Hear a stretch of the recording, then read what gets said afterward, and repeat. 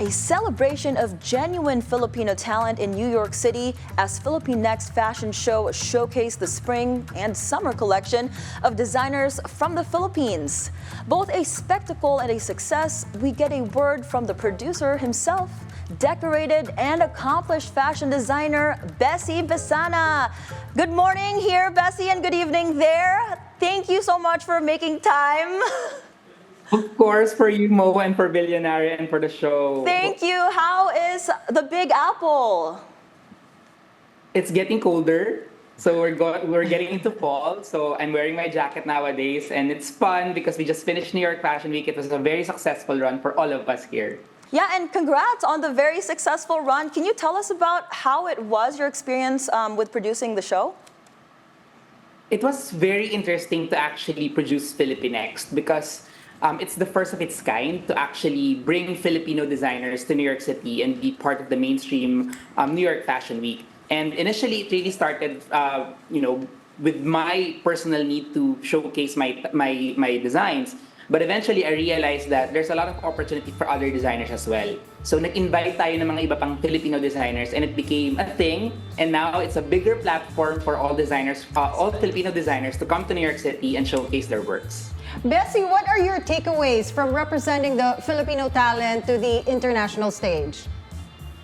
It's very interesting because I feel that nowadays there's really a need for a Filipino representation in the fashion scene, specifically in the art scene.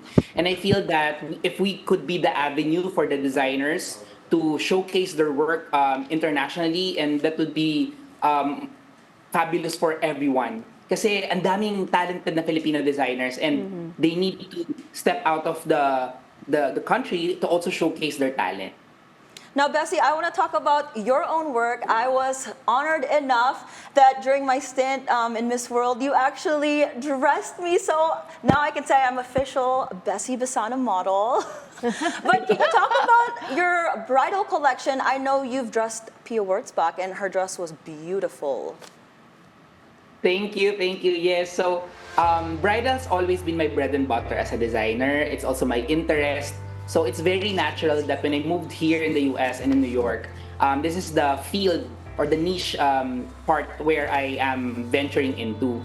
I always see that the women that are, the Bessie Besana bride is somebody who's a little bit bold, a little bit more daring, a little bit somebody who wants to step out of the box. And I think that's very eminent with the collection that I presented in Marry Me at Marriott and in Filipinxt.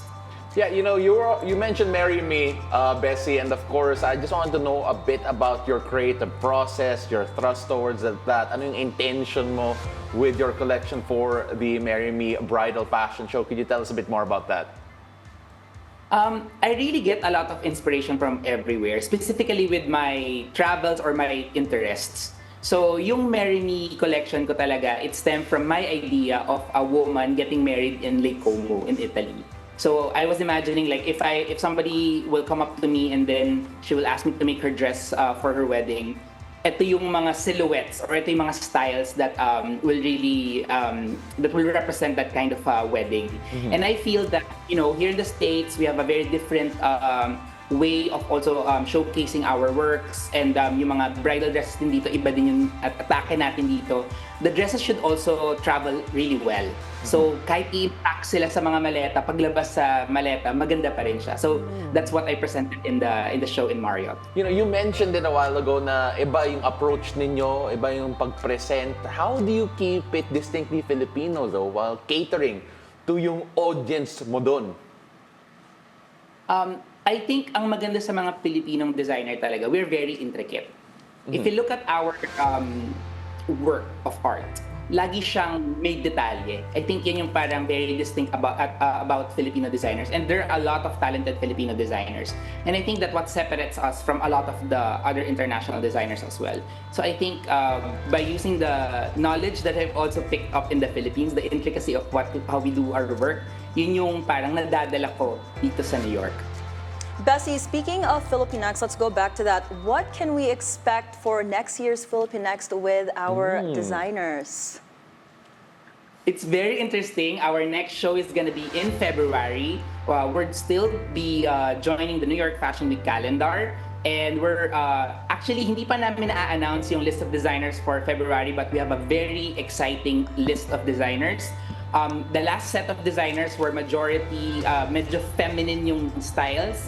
And then for February, we're offering a different flavor of the Filipino talent. A I'm little also- bit more amplified.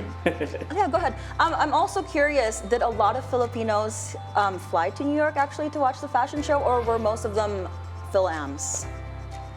There's actually a mix, and we're very grateful that for the show last September 7, we had a lot of Filipinos who flew from the Philippines. So we have, as you can see in the video, we have Marisa, sa Miss New York here.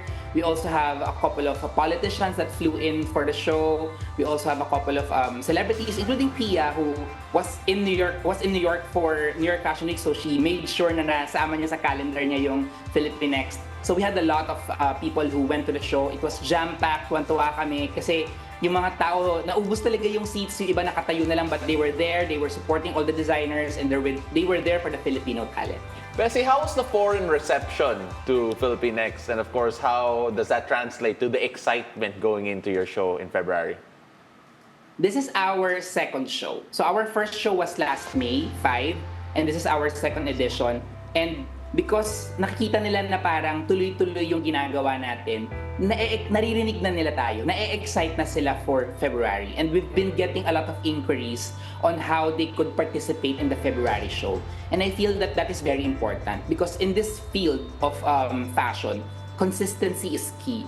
Hindi pwedeng isang beses mo lang siya gagawin, then it will be successful or it will be picked up. Talagang kailangan magtuloy-tuloy yung mga shows para makita ng mga tao na seryoso yung Filipinos sa pagdadala ng talent natin from the Philippines to New York.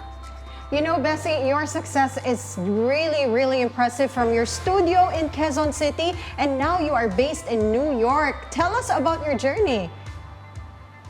That is very interesting because my move to the US is actually unplanned. I went here for a vacation, and then I was encouraged by my friends to actually stay. So, hindi talaga pinlano yung punta ko ng Amerika. But I was fortunate enough that the United States acknowledged my creativity and my talent, and they gave me or allowed me to stay in the States as a talented individual. So, gusto kong i-share yung gift na yun na binigay sa akin. That's why binuo ko din yung Filipinxt, kaya tinutulungan ko din yung mga Filipino community here. So, Bessie, are you telling us that we should go on more vacations? Kasi we might end up living in New York or any place like that? Parang depende sa talent and skill, Pao. I mean, I wish. About to go to the Maldives and move there. Bessie, I'm so sad that you moved. We were literally just neighbors. We were down the street. Are you there for good, or are you planning to move back here in the Philippines anytime soon? You know mo, I always tell people na wala namang sigurado sa mundo. So right now, I could see myself here in the interim or in the foreseeable future. But we'll never know. Right now, I'm focused on achieving my personal goals and my goals for Filipinxt here in New York. So for the next few years, I'll be here for sure. All right, so you mentioned those goals. My question is, what is that big goal for yourself and for Filipinx? Ano talaga to, medyo dream ko talaga na maging known brand in the bridal industry in the US. So yun yung isa siguro sa mga personal goals ko as Bessie Besana, as the brand. But for Filipinx, I really want it to be acknowledged on a more major mainstream channels. I really want like editors of magazines and stores like Macy's or Nordstrom to actually attend our show and pick up the designers that we're bringing from the Philippines so that the representation of the Filipino talent will be more mainstream. Mas mabibili nila yung kakayahan ng Pilipino at mas marami tayong matulungan din kasi yung mga Filipino designers natin, they produce from the Philippines. So it's very important na magkaroon tayo ng export opportunities at some point.